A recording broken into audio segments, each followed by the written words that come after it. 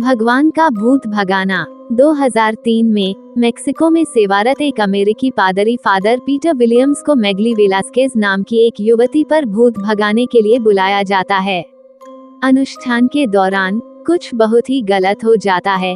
Peter नियंत्रण खो देता है और दानव क्षण भर के लिए उस पर हावी हो जाता है।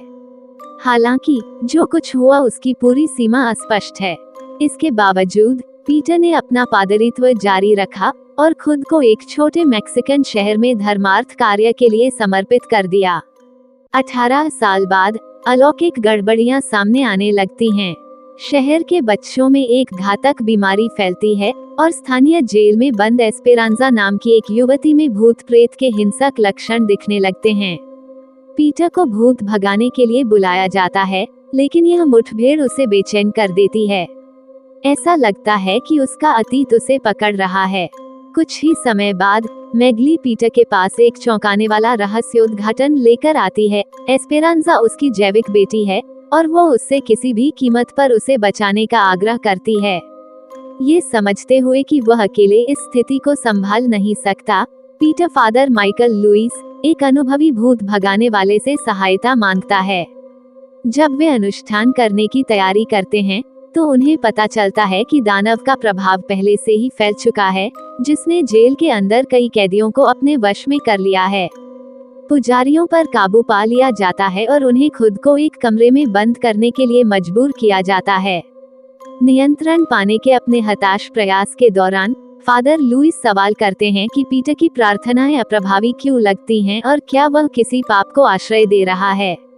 इससे एक महत्वपूर्ण रहस्योद्घाटन होता है। पीटर कबूल करता है कि 18 साल पहले असफल भूत भगाने के दौरान वह न केवल वश में था बल्कि मैगली में रहने वाले दानव द्वारा बहकाया गया था।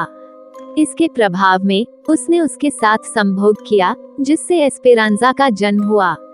यह एहसास फादर लुइस को झकझोर देता है, जो तब अपना खुद का काला रहस्य स्वीकार करते हैं। उन्होंने वास्तव में अतीत में कभी भी दानव बलबन को नहीं हराया, बल्कि इसके बजाय उसके साथ एक सौदा किया। इससे पहले कि फादर लुइस कुछ और कर पाते, उन्हें एक कैदी ने बुरी तरह घायल कर दिया।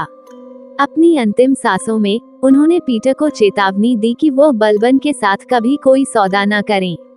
अपने पिछले पापों का प्रायश्चित करने के लिए दृढ़ संकल्पित, पीटर ने एक वीडियो स्वीकारोक्ति रिकॉर्ड की और चर्च के अधिकारियों को भेज दिया ताकि वह खुद को दोषमुक्त कर सके।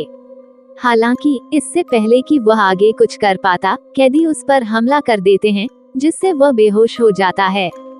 पीटर जागता है और खुद को कैद में पाता है, चारों ओर से प्रेतग्रस्त कैदियों और एस्पेरांजा से घिरा हुआ, जो अब पूरी तरह से बलबन के नियंत्रण में है। दानव और उसके अनुयायी पीटर का ईश्वर से संबंध तोड़ने के लिए एक अनुष्ठान शुरू करते हैं। जब वह एस्पेरांजा से दानव को भगाने का प्रयास करता है तो बलबन उसे एक भयानक दृश्य देखने के लिए मजबूर करता है। उसके प्रतिरोध के परिणाम स्वरूप चर्च में बच्चे एक एक करके मर रहे हैं। फिर दानव पीटर के सामने एक विनाशकारी विकल्प प्रस्तुत करता है। वो या तो बच्चों को बचा सकता है, अपनी बेटी को बचा सकता है, या अपने दिव्य संबंध को त्याग सकता है। दुखद बलिदान के एक क्षण में पीटर अंततः अपने विश्वास को त्यागने का फैसला करता है, खुद को बलबन के कब्जे में आने देता है। जैसे ही दानव पूरी तरह से नियंत्रण में आ जाता है, वह जीत की घोषणा करता है। अब पूरी तरह से कब्जे की स्थिति में पीटर को आखिरी बार एक विकृत राक्षसी मुस्कान पहने हुए देखा जाता है। उसकी आत्मा खो गई लगती है। फिल्म एक अशुभ नोट पर समाप्त होती है, जो उसके आसपास के लोगों और खुद दुनिया के वास्तविक भाग्य को अनिश्चित छोड़ देती है। यदि ये कहानी आपको पसंद आई हो तो अपने दोस्तों और अन्य लोगों के साथ शेयर जरूर करिएगा।